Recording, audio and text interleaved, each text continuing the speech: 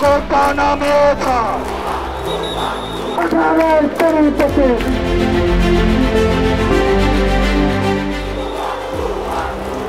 2024 সালের জুলাই মাস, কোটা বিরোধী আন্দোলনে উত্তাল সারা দেশ। কোটা বিরোধী আন্দোলন রূপ নেয় সরকার বিরোধী আন্দোলনে, পতন হয় আওয়ামী লীগ সরকারের। ওই আন্দোলনে সুদূর যুক্তরাষ্ট্রে বসেও আন্দোলিত হয়েছিলেন চিত্রশিল্পী দেবাশিস চক্রবর্তী। ফ্যাসিস্ট একটা নিপীড়নমূলক সময়েও বাংলাদেশের বুদ্ধিবৃত্তিক পরিসরে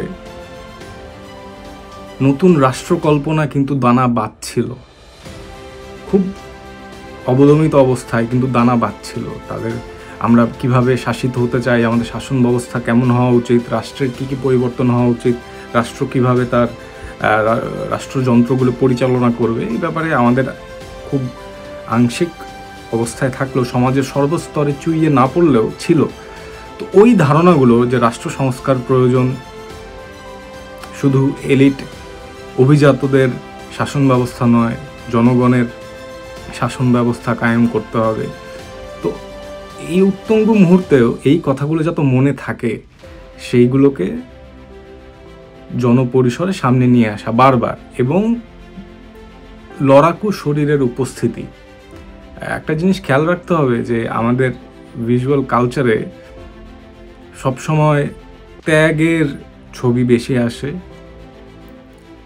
এবং অলমোস্ট পরাজিত হওয়ার শরীর বেশি আসে। কিন্তু আমার একটা লড়াকু শরীর, বাংলাদেশের ছেলেমেয়েরা যারা হয়তো অপুষ্টির শিকার, তারা অত পেশি শক্তির অধিকারী না, কিন্তু তারপরেও তাদের ভিতরে একটা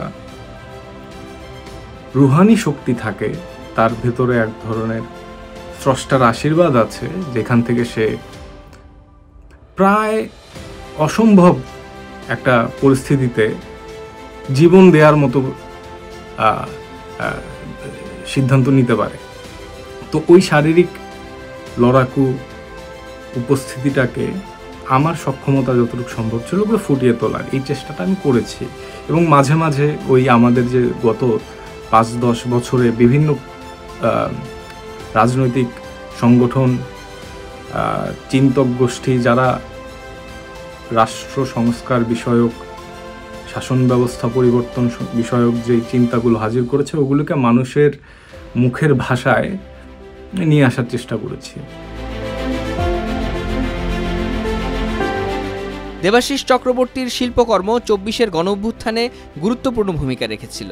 আন্দোলন চলাকালে শেখ হাসিনা সরকারের বহুল ব্যবহৃত বয়ানগুলোর মোক্ষম জবাব দিয়েছিল এই পোস্টারগুলো। আমার যতদূর মনে পড়ে, জুলাইয়ের 7-8 তারিখের দিকে, যতদিন আমি বুঝতে পারি যে আন্দোলনটা দানা বাঁধছে এবং তাদের উপর আক্রমণ হামলা হচ্ছে, তখন আমি 2টা কাজ করি এবং 2টা শিরোনাম ছিল ফ্যাসিস্ট তাড়াও, ন্যায্যতা পাও, এবং বাটপার হটাও, সমতা পাও। তো ওই দুটো পোস্টারে আমি এই মানুষের মুখের কথা এবং তার প্রতিরোধের শারীরিক উপস্থিতি দিয়ে কিছু পরিবেশ তৈরি করার চেষ্টা করছিলাম, যেখানে আবদারের বাইরেও যাতে আমাদের একটা কল্পনা হাজির থাকে যে আমাদের বাস্তবতাটা আসলে কোন জায়গায়। ওই প্রতিনিয়ত ঘটে যাওয়া ওই হত্যাযজ্ঞ, পাশাপাশি মানুষের ওই জাগরণ, বিভিন্ন শ্রেণী পেশার মানুষের জাগরণ,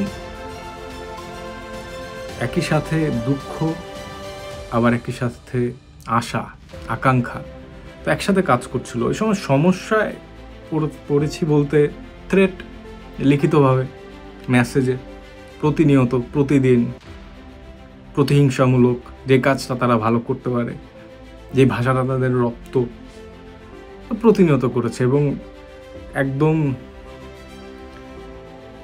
জিনিসটা এতটাই মানে রুটিন মাফিক যে এটা আমার অভ্যাস হয়ে গেছে এখন। আর মানে মনে হয় এটা আমার পেশার একটা অংশ।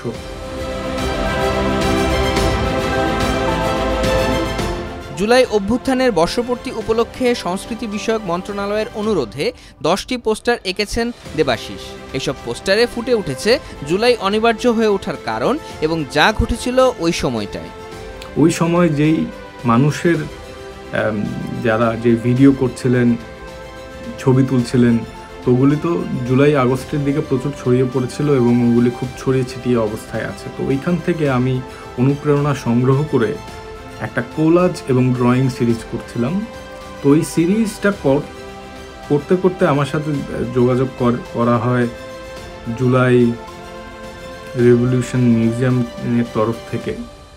তো আমি সিদ্ধান্ত নিই যে ওই কাজগুলো আমি জুলাই মিউজিয়ামে সংগ্রহ করার জন্য দিয়ে দেবো এবং জনগণের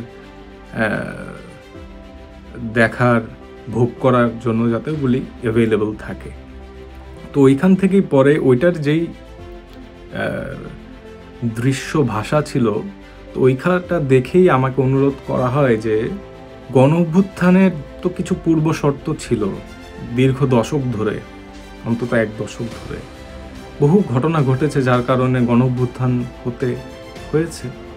তো ওই ঘটনাগুলো কি, তো এগুলোকে দেখে দিয়ে কাজগুলো করা, কিন্তু হাতে সময় অনেক কম ছিল আর লিমিট ছিল 10টা। এই কারণে আমরা বহু বিষয় অন্তর্ভুক্ত করতে পারিনি, কিন্তু যেইগুলো সবচেয়ে ভয়ঙ্কর, সবচেয়ে বেশি মানবতা বিরোধী, সেইগুলোকে তুলে নিয়ে আসার চেষ্টা করেছি।